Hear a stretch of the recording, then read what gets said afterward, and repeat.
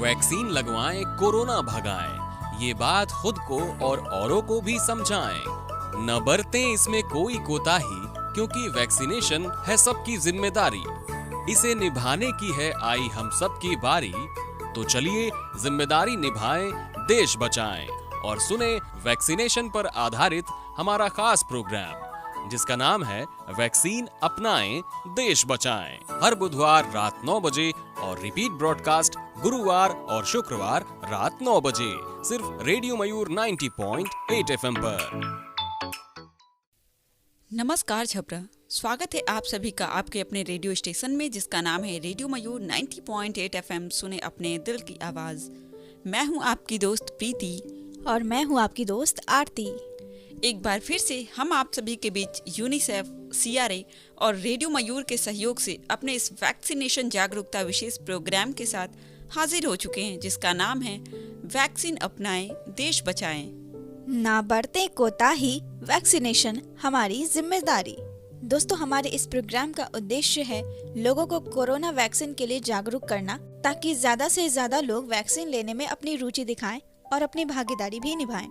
छपरा, हमने अपने इस प्रोग्राम वैक्सीन अपनाएं, देश बचाएं के पिछले एपिसोड में आपको कोरोना और वैक्सीनेशन से जुड़ी कई महत्वपूर्ण बातों को बताया था, जैसे कोरोना क्या है, यह कहां से आया और ये कब आया, और जब हमारे देश में इस महामारी के लिए वैक्सीन आया तो इसे सबसे पहले किसे दिया गया, ये कैसे हमारे शरीर में काम करता है, क्या इसे लेने के बाद कोरोना नहीं होगा, इत्यादि के बारे में आपको ढेर सारी बातें बताई। तो चलिए छपरा, हम आज के अपने इस एपिसोड को भी शुरू करते हैं और बताते हैं आपको वैक्सीनेशन के रजिस्ट्रेशन के प्रक्रिया के बारे में, कि आखिर वैक्सीन लेने की क्या प्रक्रिया है और इसके लिए किन किन डॉक्यूमेंट्स की आवश्यकता होगी और कैसे आप 2 डोज में वैक्सीन ले सकते हैं। इस तरह हम आज के अपने इस एपिसोड में इन सारी बातों का जिक्र करेंगे और इसके साथ ही हम आपको सुनाएंगे वैक्सीनेशन जागरूकता पर आधारित एक छोटा सा रेडियो नाटक भी। दोस्तों, अगर वैक्सीनेशन के इस प्रक्रिया में हम लोग पूरी तरह से सहयोग करते हैं, तो जिस तरह से 2020 पूरे मानव जाति द्वारा कोविड-19 यानी कोरोना वायरस बीमारी के साल के रूप में जाना जाएगा, उसी तरह 2021 टीकाकरण के द्वारा कोविड-19 के अंत की शुरुआत का वर्ष हो सकता है। लेकिन इसके लिए देश और दुनिया सामूहिक रूप से अपनी अपनी जिम्मेदारी निभाएं और एकता दिखाएं, और इसके साथ ही भ्रम, अज्ञानता और अंधविश्वास से ऊपर विज्ञान को रखें। हाँ आरती, ये तो बहुत जरूरी बात है कि हमें विज्ञान को सबसे ऊपर रखना चाहिए, बजाय भ्रम, अज्ञानता और अंधविश्वास के। लेकिन बात अगर टीकाकरण की जाए तो इन टीकाकरण कार्यक्रमों में बड़ी संख्या में ऐसे लोगों को भी देखा जा रहा है जो वैक्सीन लगवाने में अपनी रुचि नहीं दिखा रहे हैं, और इस तरह हम कह सकते हैं कि कहीं ना कहीं वो अनजाने में ही अपने जीवन रक्षक खुराक से वंचित होकर अपने स्वास्थ्य को ही खतरे में डाल रहे हैं। बिल्कुल सही कहा प्रीति आपने। और अगर देखा जाए तो हमारे देश में कोविड-19 के टीकाकरण पर बहुत ही अच्छा और बहुत जल्द काम किया गया है। इन्हें विज्ञान के इतिहास में रिकॉर्ड समय में तैयार किया गया है, और ये तो जाहिर सी बात है कि जब भी कुछ अच्छा होता है और जल्दी होता है तो लोगों का इस पर संदेह होना लाजमी है। बिल्कुल सही कहा आपने। यहाँ तक कि डॉक्टर्स के साथ पढ़े लिखे लोग भी संदेह करते हैं प्रीति। लेकिन आरती, मुझे लगता है कि इसमें संदेह करने वाली कोई बात है ही नहीं, क्योंकि अगर हम संदेह करने में ही अपना सारा समय नष्ट कर देंगे तो फिर हमारा देश कोरोना मुक्त कैसे हो पाएगा। ये तो बहुत ही अच्छा सवाल किया आपने। और दोस्तों, जैसा कि कोरोना वैक्सीन के बारे में हम आपको पहले भी बता चुके हैं कि वैक्सीन सबसे पहले उन्हें दी गई जिन्हें सबसे ज्यादा रिस्क था, यानी हमारे स्वास्थ्य कर्मियों को और जितने भी फ्रंट लाइन वर्कर्स हैं उन्हें। उसके बाद ये वैक्सीन आम लोगों को दी जा रही है। और आरती, कई लोगों को तो इस बात की भी जानकारी नहीं है कि ये वैक्सीन ओरल दी जा रही है या फिर इंजेक्शन के रूप में। तो हम आपको बता दें कि ये वैक्सीन ओरल नहीं बल्कि इंजेक्शन के रूप में लोगों को दी जा रही है। यानी कि इसके लिए भी हमें इंजेक्शन लगवाना पड़ेगा, जिससे मुझे बहुत डर लगता है। लेकिन महामारी को रोकने के लिए दुनिया भर में कोविड वैक्सीन को लेकर उत्सुकता के बावजूद वैक्सीन अनुसंधान में प्री क्लिनिकल से लेकर चरण 1, 2 और 3 तक के क्लिनिकल ट्रायल के किसी भी चरण को छोड़ा नहीं गया है। ये बात तो बिल्कुल सही है। और पिछले टीकों की तुलना में बड़े पैमाने पर टीकाकरण में न ही वैक्सीन का विकास करने की कोशिश में किसी भी तरह की कमी रखी गई है और न ही किसी भी कोविड वैक्सीन उम्मीदवार के लिए शुरुआती ट्रायल जैसे चरण 1 और चरण 2 में शामिल प्रतिभागियों की संख्या में ही कोई कमी की गई है, जो कि दवाओं की सुरक्षा जानने के लिए बहुत ही महत्वपूर्ण चरण है। तो आरती, मुझे लगता है कि हमने बहुत सारी बातें अभी कर दी। तो दोस्तों, जानेंगे कोरोना वायरस और वैक्सीनेशन से जुड़ी और भी बातों को, लेकिन उससे पहले ये समय हो चुका है एक छोटा सा रेडियो नाटक सुनने का। तो चलिए पहले सुनते हैं ये रेडियो नाटक जो कोरोना और वैक्सीनेशन जागरूकता पर ही आधारित है। वापस आने के बाद आरती, हम वैक्सीनेशन की प्रक्रिया को लेकर अपनी बातों को आगे बढ़ाएंगे। बिल्कुल, और ये रेडियो नाटक मुझे तो बड़ा ही प्रभावित करता है, क्योंकि एक पूरे नाटक में ही मुझे इस टॉपिक से रिलेटेड सभी चीजों के बारे में जानकारी मिल जाएगी।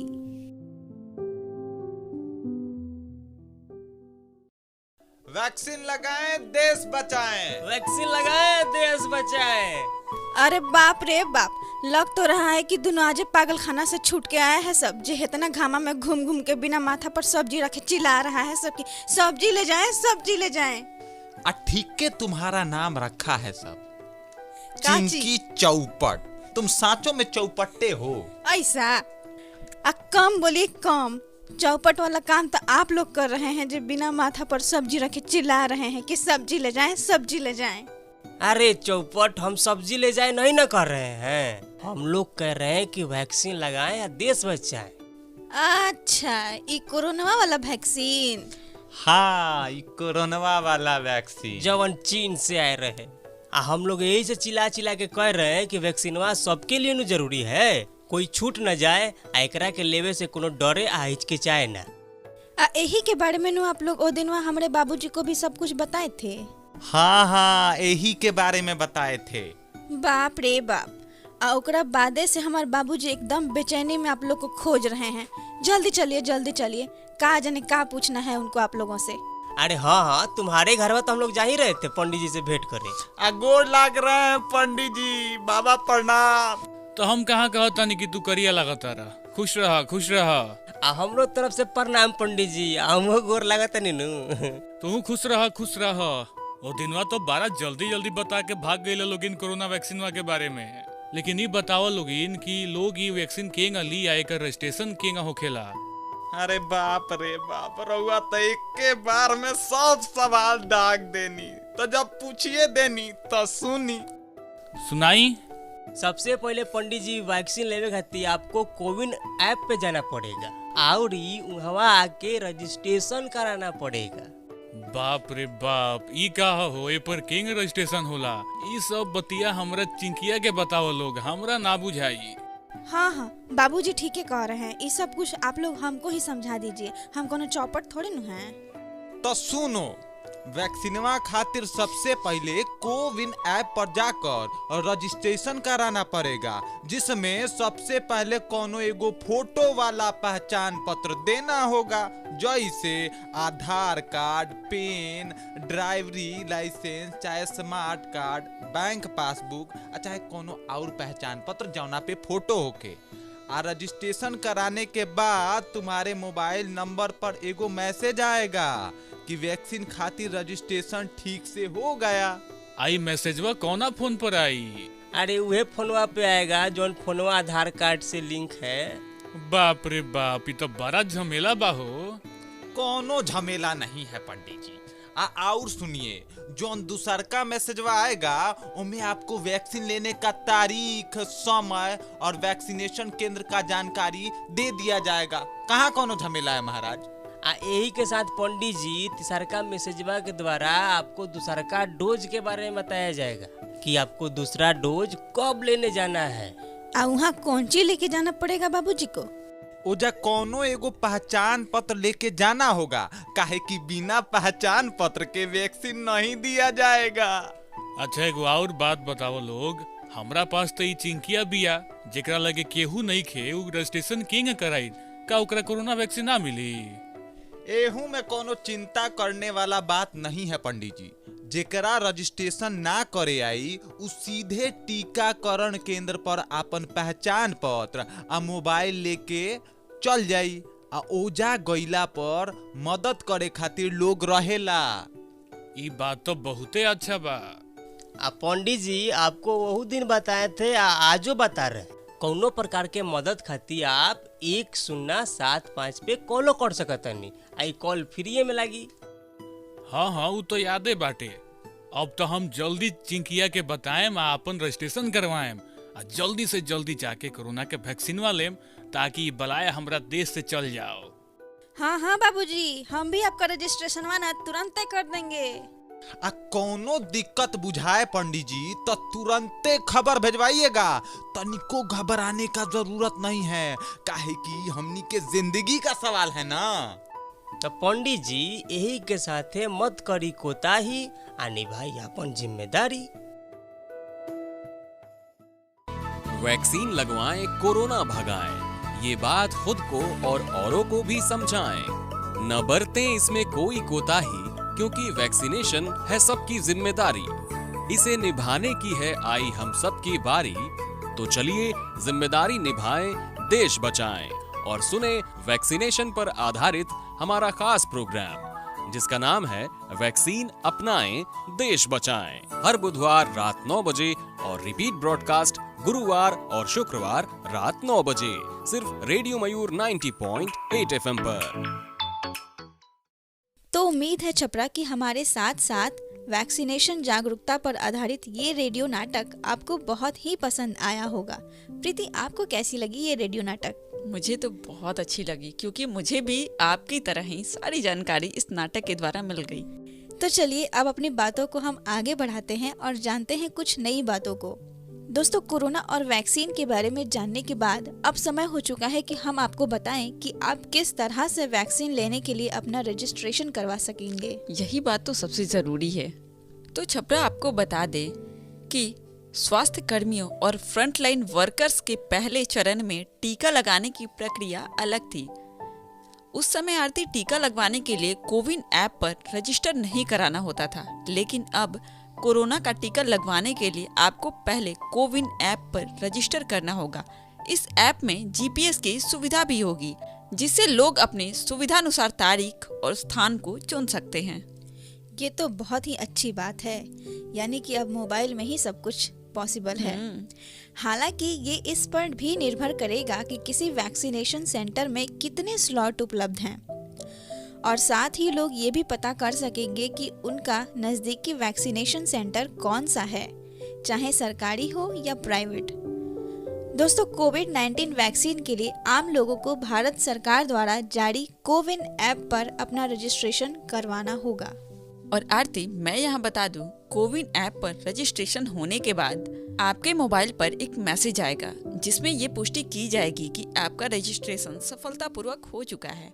वहीं जो दूसरा मैसेज आएगा उसमें वैक्सीन लगाने का समय, तारीख और केंद्र की पूरी जानकारी दी जाएगी। और प्रीति, इसके अलावा एक तीसरा भी मैसेज आएगा जो आपको दूसरे डोज की जानकारी देने के लिए आएगा, जिसमें आपको ये बताया जाएगा कि आपको किस तारीख पर वैक्सीन का दूसरा डोज लेना है। और सबसे बड़ी बात कि रजिस्ट्रेशन के लिए सबसे पहले आपको अपना कोई एक फोटो ID दर्ज करना होगा, जिसमें आप Aadhaar card, driving licence, pan card, passport, मनरेगा जॉब कार्ड, स्वास्थ्य कार्ड, बीमा, स्मार्ट कार्ड, बैंक या पोस्ट ऑफिस खाते की पासबुक, MP या MLA या MLC के द्वारा जारी किया गया कोई भी पहचान पत्र या फिर पेंशन कार्ड या एम्प्लॉयर द्वारा जारी किया गया पहचान पत्र या फिर वोटर ID कार्ड भी आप जमा कर सकते हैं। और इसके साथ ही हम आपको बता दें तो भारत में बहुत से लोग ऐसे भी हैं जो ऑनलाइन रजिस्ट्रेशन करने में सक्षम नहीं हैं।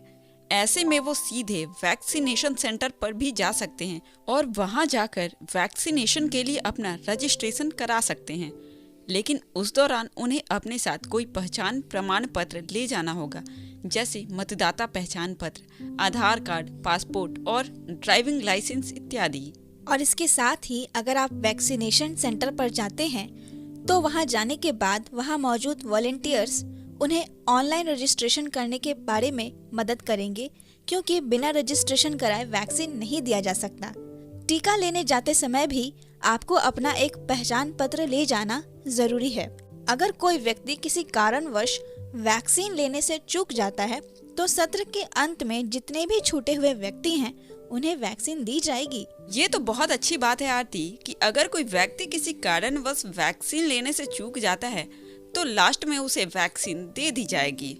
लेकिन श्रोताओं, वैक्सीनेशन रजिस्ट्रेशन के लिए एक और जो सबसे ज़रूरी बात है वो ये है कि आप उस राज्य के वैक्सीनेशन सेंटर पर भी जा सकते हैं जहां आप मतदाता सूची में शामिल नहीं हैं।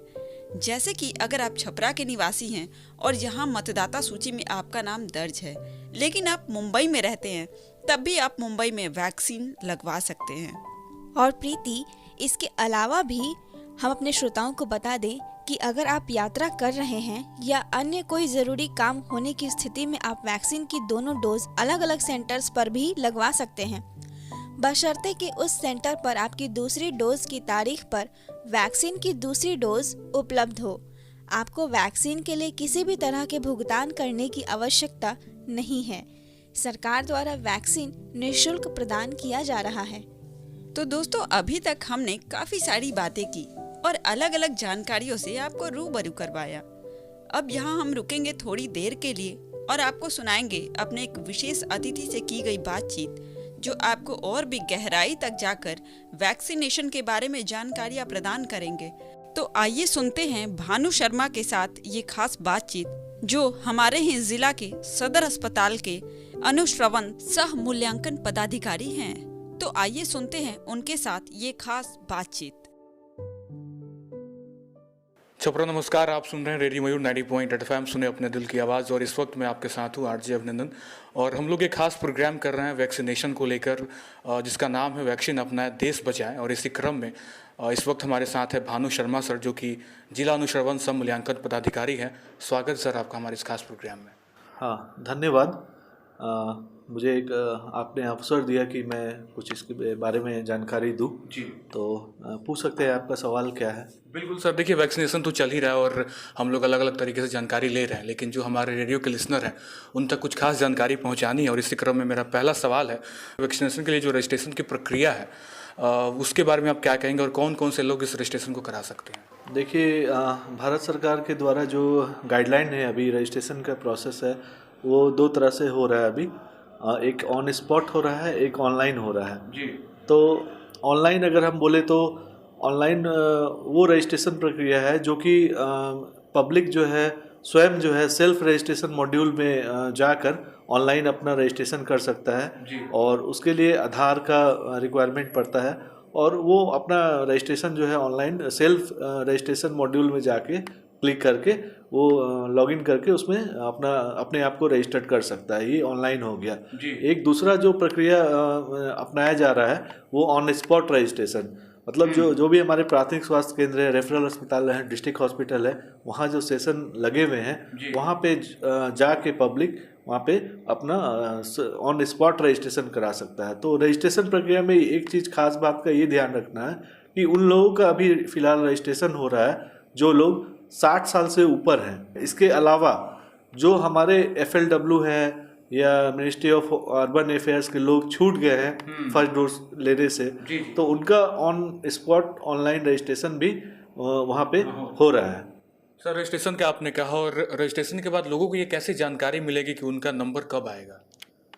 जैसे कि रजिस्ट्रेशन उन्होंने अपना करवा लिया जी, तो उसमें एक है कि वो चूज भी कर सकते हैं कि उनको किस हेल्थ फैसिलिटी में अपना वैक्सीनेशन लेना है। जब वो ऑनलाइन का चयन करेंगे, जब वो सेल्फ रजिस्ट्रेशन करेंगे तो उसमें एक ऑप्शन आता है शेड्यूलिंग का। अच्छा। तो वो अपने मन मुताबिक जान सकते हैं कि मुझे किस हेल्थ फैसिलिटी में मेरा रजिस्ट्रेशन हम बुक करा सकते हैं। जिस तरह रेलवे रिजर्वेशन सिस्टम में होता है, एक ओपन सिस्टम होता है जो कि आम पब्लिक जो है आके रेलवे रिजर्वेशन काउंटर पे लाइन में लग के अपना रिजर्वेशन कराते हैं। और दूसरा होता है तत्काल व्यवस्था। तो तत्काल ऑन स्पॉट, मतलब तत्काल का मतलब है कि आप शेड्यूल कर ले उस दिन के लिए, उस हेल्थ फैसिलिटी के लिए, तो वहाँ पे रजिस्ट्रेशन वो करा सकते हैं। सर, आपने जैसा कि एज का जिक्र किया था, तो रजिस्ट्रेशन के दौरान व्यक्ति का एज कितना होना चाहिए, या फिर अगर वो किसी गंभीर बीमारी से ग्रसित है तो इसके लेके उसे किन किन बातों का विशेष ध्यान रखना होगा? रजिस्ट्रेशन जो प्रक्रिया है, अभी जो 1 तारीख से हम लोग का जो स्टार्ट हुआ है वो 45 से 59 के बीच वो व्यक्ति या वो महिला जिनको कोमोर्बिडिटीज़ है। कोमोर्बिडिटीज़ में भारत सरकार के द्वारा 20 तरह की बीमारी को चिन्हित किया गया है। उसके साथ उनको एनेक्सर भी है। अगर उनका इलाज कहीं से चल रहा है, अगर वो सर्टिफिकेट लेके आते हैं हेल्थ फैसिलिटी में, प्रभारी सर के द्वारा एक रजिस्टर्ड डॉक्टर को वहाँ पे डिप्यूट किया गया है हर एक प्राथमिक स्वास्थ्य केंद्र पर, वो उनको वेरीफाई करेंगे कि हाँ इनको वाकई में कोमोर्बिडिटीज़ है और उनको अलाउ करेंगे वैक्सीनेशन लेने के लिए। उसके बाद वो पोर्टल पे वही डॉक्यूमेंट जो एनेक्सर है उसको अपलोड किया जाएगा। उसको अपलोड करने के बाद उसको वेरीफाई करने के साथ ही साथ उनको वैक्सीनेट किया जाएगा। और दूसरा जो 60 साल से ऊपर वाले हैं उनके लिए तो वो डेट ऑफ बर्थ उनका 1961 से कम होगा तो ऑटोमेटिक जो है पोर्टल सेल्फ रजिस्ट्रेशन उसको सीनियर सिटीजन के रूप में ले लेगा।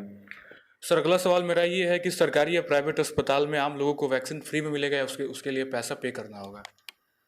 ये तो सरकार के तरफ से बिल्कुल ही फ्री वैक्सीन है। इसमें जो बेनिफिशरी है, जो लाभुक है, उनको किसी भी तरह का पैसा देने का कहीं भी आवश्यकता नहीं है। ये बिल्कुल फ्री ऑफ कॉस्ट है। सर अगला सवाल मेरा ये है, अगर किसी के घर में कोई हेल्थ वर्कर्स है या फ्रंटलाइन वर्कर्स है तो क्या उसके परिवार वाले को भी उसी समय वैक्सीन दी जाएगी या फिर उनके लिए कोई बाकी से अलग से रजिस्ट्रेशन कराना होगा? परिवार वालों के लिए अभी भारत सरकार के द्वारा कोई गाइडलाइन आया नहीं है जी। वैसे व्यक्ति जो कि हेल्थ केयर वर्कर है उनको टीका दिया जाना है, फ्रंट लाइन वर्कर हैं उनको टीका दिया जाना है, या आरपीएफ के स्टाफ है जो रेलवे प्रोटेक्शन फोर्स है उनको टीका दिया जाना है। उसके बाद ministry of urban affairs, housing and urban affairs, उनके लोगों को टीका दिया जाना है। और जो लोग पंचायती राज अधिकारी हैं या पंचायती राज ऑफिशियल्स हैं उनको टीका दिया जाना है। और बाकी 60 अबव एंड 45 to 59 ईयर्स के लोगों को टीका दिया जाना है। ये क्राइटेरिया भारत सरकार के द्वारा अभी तय की गई है। इसके अलावा परिवार उनके सदस्यों को टीका देने का अभी कोई प्रावधान नहीं आया है। सर रजिस्ट्रेशन कराने के बाद किसी कारणवश कोई व्यक्ति छूट जाता है तो क्या वो बाद में वैक्सीन ले सकता है? रजिस्ट्रेशन कराने के बाद अगर रजिस्ट्रेशन एक बार हो गया है तो वो कभी भी अगर वो ऑन स्पॉट आके फैसिलिटी में ले सकता है। लेकिन अगर वो उन्होंने ऑनलाइन रजिस्ट्रेशन किया है, शेड्यूल कर दिया है किसी हेल्थ फैसिलिटी पे, तो वो लिमिटेड पीरियड टाइम तक ही वो पोर्टल पे उसका फिक्स रहेगा और उसके बाद वो पोर्टल से वो हट जाता है। तो ये ज़्यादा अच्छा रहेगा कि ऑन स्पॉट मतलब प्राथमिक स्वास्थ्य केंद्र पे जाके वो वैक्सीनेशन ले लेगा। अगर वो शेड्यूल कर देते हैं, अगर किसी कारण नहीं आ सकते हैं तो पोर्टल फिर वो अगले दिन उसको अलाउ नहीं करता है क्योंकि वो एक बार उस पीरियड के लिए शेड्यूल हो जाता है। तो अगर वो छूट जाते हैं तो दोबारा से रजिस्ट्रेशन नहीं कर पाएंगे? दोबारा से रजिस्ट्रेशन उनका बोलेगा कि पोर्टल ऑलरेडी बोलेगा कि पोर्टल में ऑलरेडी रजिस्टर्ड है, बट उसके लिए हो सकता है मतलब कि 2-3 दिन बाद उसका नाम फिर से दोबारा से फेच कर ले, तब उनको परेशानी नहीं होगी। बट उस दिन नहीं आ पाते हैं तो उनका शेड्यूल जो है उस दिन रीशेड्यूल पोर्टल के माध्यम से ऑटोमेटिक हो जाता है तो ठीक है, नहीं होता तो फिर दोबारा से रजिस्ट्रेशन करना पड़ेगा। अदरवाइज उन्हें ऑफलाइन फिर जाना पड़ेगा? ऑफलाइन नहीं जाएगा, ऑन साइट में आके हमारे प्राथमिक स्वास्थ्य केंद्र पे प्रत्येक दिन सेशन लगता है तो वहाँ पे आके वो वैक्सीनेशन ले सकते हैं। सर 16 जनवरी से स्टार्टिंग की गई थी वैक्सीनेशन की, अभी तक के पूरे इस दौर को आप किस तरीके से देखते हैं, क्या कुछ आपने ऑब्जर्व किया? 16 जनवरी से स्टार्ट किया गया था। ये मतलब महत्वपूर्ण दौर है बहुत हम लोग के लिए।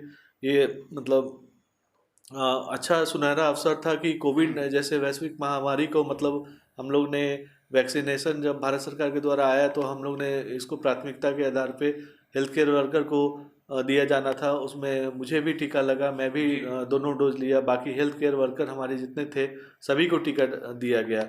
उसके बाद दूसरे चरण में फ्रंट लाइन वर्कर का आया जो कि 6 तारीख से स्टार्ट हुआ था, 6 फरवरी से। तो उसके बाद हम लोग ने जितने भी फ्रंट लाइन वर्कर के लोग थे उनको टीका दिया गया। तीसरा चरण का है जो 45 साल से 59 ईयर्स तक के व्यक्ति जो कोमोर्बिडिटी से ग्रसित है और एबव 60 ईयर जो सीनियर सिटीजन है, ये लोग बढ़ चढ़ के मतलब अभी भी मतलब बढ़ चढ़ के टीका लेने के लिए आ रहे हैं। और इनमें काफ़ी मतलब एक जुनून दिख रहा है कि मुझे कोविड जैसे वैश्विक महामारी को दूर भगाना है तो हम लोग इसका वैक्सीनेशन समय पर ले ले और इससे हम इस बीमारी से हम बच सके और इस बीमारी को हम दूर भगा सके। सर आखिरी संदेश छपरा वासियों को क्या कहेंगे वैक्सीन के बारे में?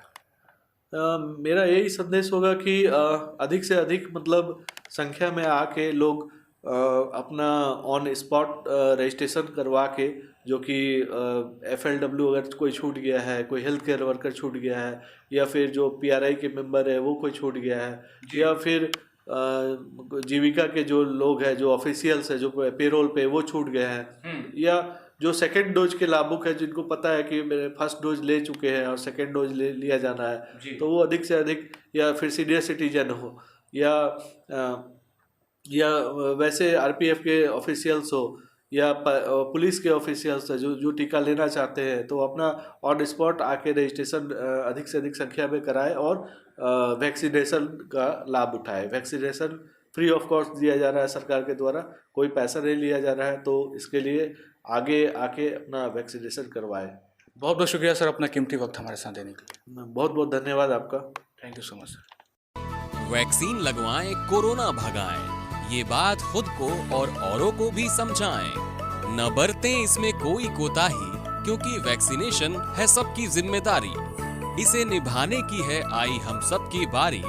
तो चलिए जिम्मेदारी निभाएं, देश बचाएं और सुने वैक्सीनेशन पर आधारित हमारा खास प्रोग्राम, जिसका नाम है वैक्सीन अपनाएं, देश बचाएं। हर बुधवार रात 9 बजे और रिपीट ब्रॉडकास्ट गुरुवार और शुक्रवार रात 9 बजे, सिर्फ रेडियो मयूर 90.8 FM पर। तो छपरा, वैक्सीनेशन जागरूकता के ऊपर हमारे एक्सपर्ट द्वारा दी गई ये जानकारी आपको कैसी लगी?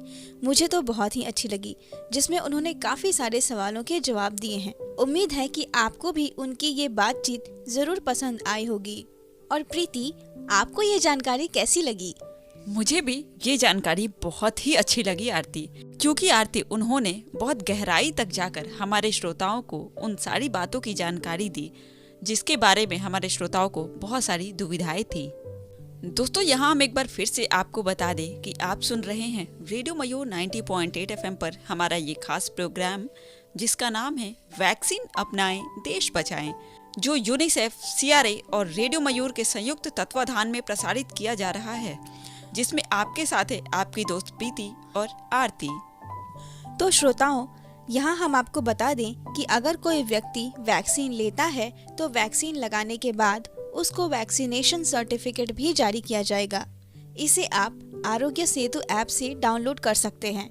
इसके लिए वैक्सीन की कम से कम 1 डोज लेनी जरूरी होगी। साथ ही 14 अंकों का बेनिफिशियरी रेफरेंस ID भी दर्ज करना ही होगा।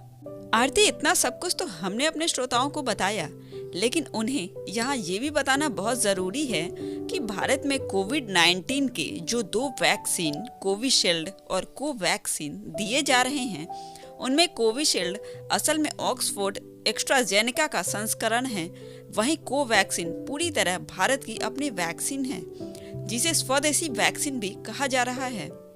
कोविशील्ड को भारत में serum institute of India company ने बनाया है, वहीं कोवैक्सीन को हैदराबाद स्थित Bharat biotech company Indian council of medical research यानी ICMR के साथ मिलकर बनाया है। इसलिए हमें वैक्सीन लेने में किसी भी तरह की झिझक या घबराहट नहीं होनी चाहिए, क्योंकि ये पूरी तरह से हमारी जिंदगी के लिए बेहतर है। तो दोस्तों, इस तरह आज हमने अपने प्रोग्राम के इस एपिसोड में जाना कि कोरोना वैक्सीन के रजिस्ट्रेशन की प्रक्रिया पूरी तरह से कैसे हो। तो छपरा, आप भी बिना देर किए हुए कोविड-19 का वैक्सीन जरूर लें और इसके साथ ही अन्य लोगों को भी इस वैक्सीन को लेने के लिए प्रेरित करें, ताकि हमारा भारत कोरोना मुक्त देश बन सके। आप और भी ज्यादा जानकारी के लिए सरकार द्वारा जारी किए गए नंबर 1075 पर कॉल भी कर सकते हैं, या इसकी ऑफिशियल वेबसाइट www.mohfw.gov.in या www.cowin.gov.in पर भी जाकर जानकारियाँ हासिल कर सकते हैं। तो छपरा, आज के लिए बस इतना ही, क्योंकि समय हो चुका है आपसे विदा लेने का। आप हमें हमारे नंबर पर कॉल या मैसेज कर ये ज़रूर बताएं कि कैसा लगा आपको हमारा ये आज का प्रोग्राम। हमारा नंबर है 9102472908। और अगर आपके पास इससे जुड़े और भी सवाल हों तो भी आप हमें कॉल या मैसेज करके पूछ सकते हैं। अब दीजिए हमें इजाज़त, मुझे यानी आरती को और मुझे यानी प्रीति को। हम फिर मिलेंगे आपसे अपने इसी प्रोग्राम में जिसका नाम है वैक्सीन अपनाएं देश बचाएं। यानी आरती हम लोग कह सकते हैं कि ना करना कोताही, वैक्सीनेशन हमारी जिम्मेदारी। तो छपरा, इसी के साथ आप बने रहिए फिट और सुनते रहिए रेडियो मयूर 90.8 FM। सुने अपने दिल की आवाज। वैक्सीन लगवाएं, कोरोना भगाएं, ये बात खुद को और औरों को भी समझाएं। न बरतें इसमें कोई कोताही, क्योंकि वैक्सीनेशन है सबकी जिम्मेदारी। इसे निभाने की है आई हम सब की बारी।